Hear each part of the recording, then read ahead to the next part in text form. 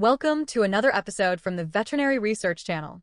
Today, we're diving deep into a critical topic for veterinary professionals: smoke inhalation in our animal patients.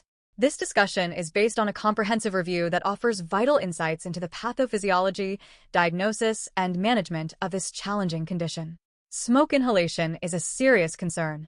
In the United States alone, fires result in thousands of human deaths annually, with smoke inhalation being a major contributing factor.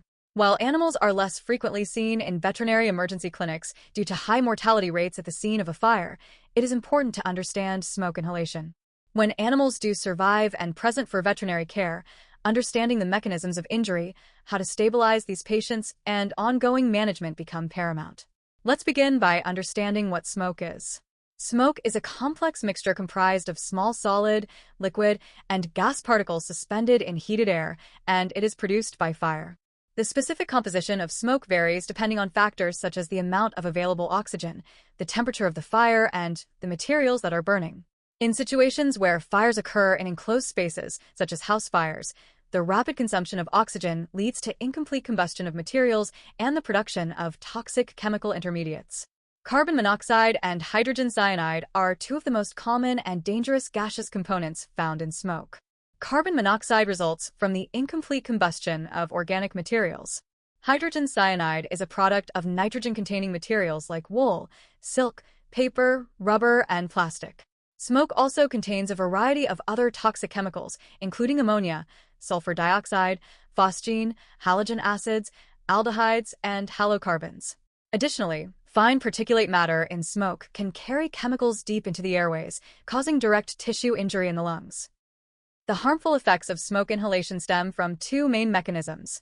The first involves the systemic impact of inhaled toxic gases, which disrupts oxygen delivery and utilization. The second mechanism involves direct thermal and chemical injuries, leading to significant inflammation within the respiratory system.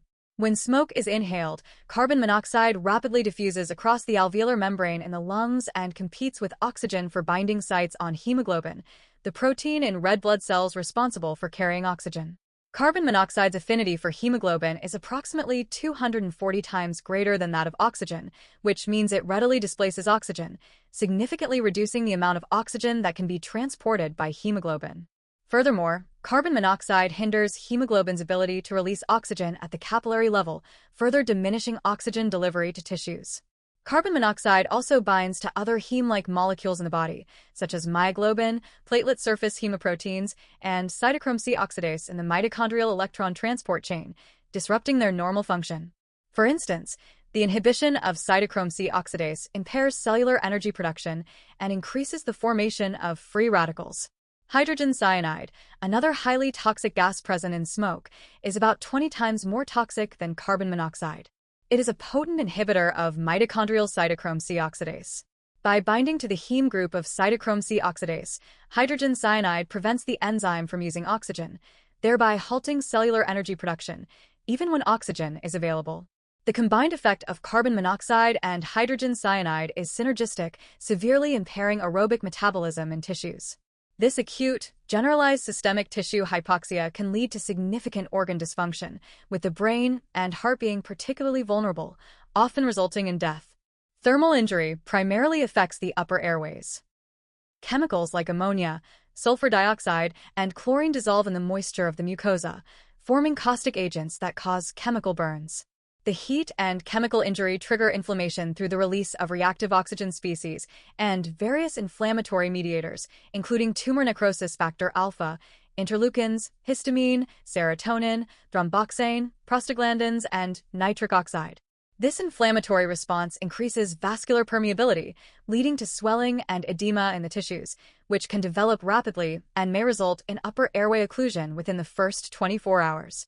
In the lower airways, smoke stimulates sensory nerve endings, leading to the production of neuropeptides like substance P and calcitonin gene-related peptide, which trigger reflex bronchoconstriction and inflammation.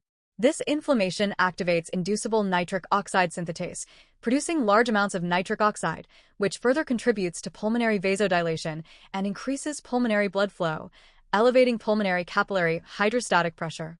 Nitric oxide also promotes free radical formation, activates the innate immune system, and increases pulmonary capillary vascular permeability.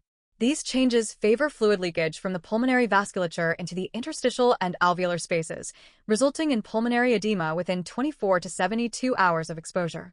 The vasodilatory effect of nitric oxide also disrupts hypoxic pulmonary vasoconstriction, a natural compensatory mechanism that normally redirects blood flow away from poorly ventilated areas of the lung.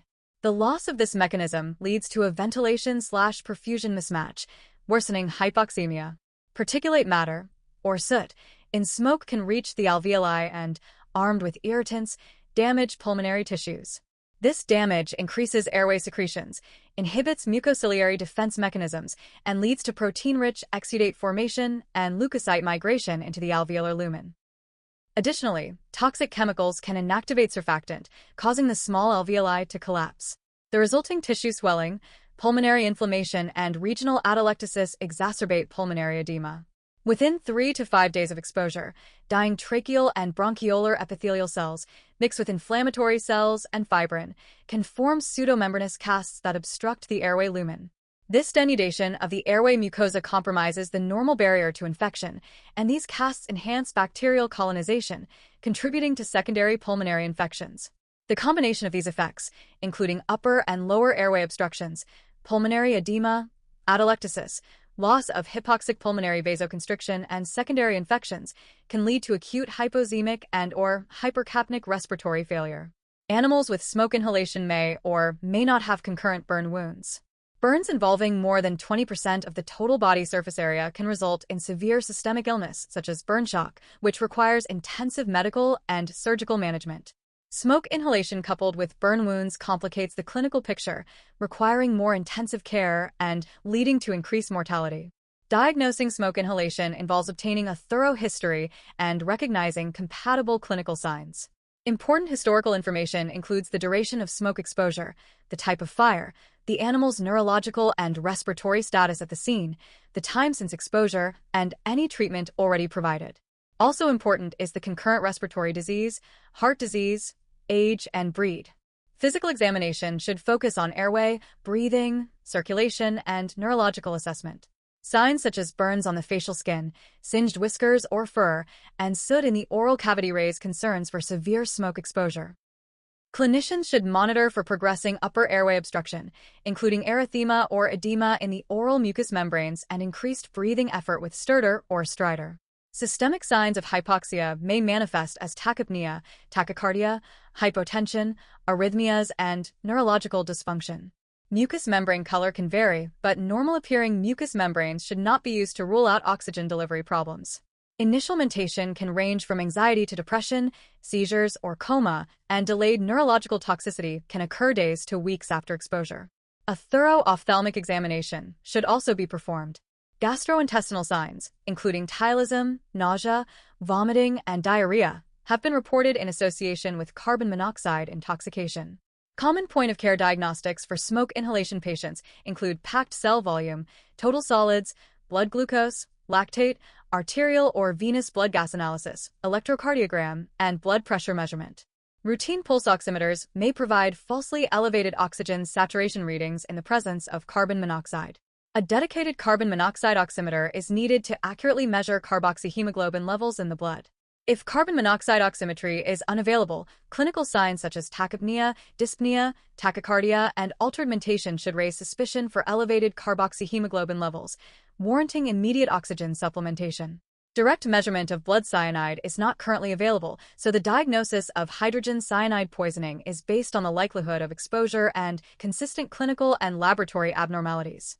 Acidosis is common in smoke inhalation and is often a mixed respiratory and metabolic acidosis due to hypoventilation and hyperlactatemia. Arterial blood gas analysis may show normal partial pressure of oxygen despite the presence of carbon monoxide or hydrogen cyanide because these do not directly alter the dissolved oxygen content of the blood. Thoracic radiographs are useful for detecting and monitoring pulmonary injury. Radiographic changes may lag behind clinical signs, so repeat imaging is recommended. Diffuse, asymmetrical interstitial and alveolar patterns consistent with pulmonary edema are the most common finding. Advanced imaging, such as computed tomography, can be considered in patients with progressive respiratory signs. Bronchoscopy is used in human medicine to confirm smoke inhalation diagnosis and to remove casts and secretions. However, it is not a routine diagnostic tool in veterinary medicine due to cost, availability, patient size limitations, and the need for general anesthesia. Oxygen therapy is the most important treatment for smoke inhalation. It enhances carbon monoxide elimination by displacing it from hemoglobin binding sites. The half-life of carboxyhemoglobin decreases significantly with increased inspired oxygen concentrations. Non-invasive oxygen supplementation via flow-by, face mask, or oxygen cage is typically used initially, but more advanced methods such as high-flow oxygen therapy or mechanical ventilation may be necessary in severe cases. Humidified oxygen should be used to reduce dehydration of the upper airways and promote mucociliary clearance. In cases of suspected hydrogen cyanide poisoning, hydroxycobalamin is the treatment of choice. It binds to cyanide to form cyanocobalamin, vitamin B12, and has a rapid onset of action without serious side effects. Adequate fluid resuscitation with balanced isotonic crystalloids is generally recommended. However, overzealous fluid administration can exacerbate pulmonary edema. Adequate anxiolysis with mild sedation is often required, and butorphanol or acepromazine can be considered. The presence of significant facial burns, progressive upper airway swelling, severe neurologic impairment, or concurrent severe burn shock should prompt consideration of endotracheal intubation. Pulmonary physiotherapy, including gentle coupage, prolonged slow expiration, and assisted cough, can aid in clearing airway secretions. Empirical use of beta-2 agonists may help to counteract severe bronchospasm, decrease airway resistance, and enhance mucociliary clearance. Nebulization may help moisten secretions and can be used for drug delivery. Bacterial bronchopneumonia is a common complication in smoke inhalation victims. Prophylactic antibiotic administration is not recommended, but empiric use of broad-spectrum antibiotics can be considered in cases with signs of pneumonia, ideally after airway sampling. Acute respiratory distress syndrome, ARDS, is another potential complication, characterized by poor oxygenation and pulmonary infiltrates. Airway obstruction can occur due to mucosal necrosis, sloughing, and cast formation. Delayed neurological sequelae are also reported in a significant percentage of cases after carbon monoxide poisoning. In summary, smoke inhalation injury affects oxygen delivery to tissues through inhaled toxic gases and direct respiratory injury. Early oxygen administration, supportive care, tailored fluid therapy, and airway management are the mainstays of treatment. Common sequelae include bacterial pneumonia, ARDS, airway obstruction, and delayed neurologic signs. Negative prognostic indicators include concurrent extensive burn wounds, lack of response to oxygen therapy, and significant neurological impairment on presentation. Patients appearing normal to mildly affected initially generally have a favorable prognosis, but should be monitored for progression of signs for at least 24 hours. Thank you for listening to the Veterinary Research Channel. A link for the reference paper is in the video description. Remember to test your knowledge by answering the questions in the description, and as always, keep those minds inspired, hearts light, and tails wagging.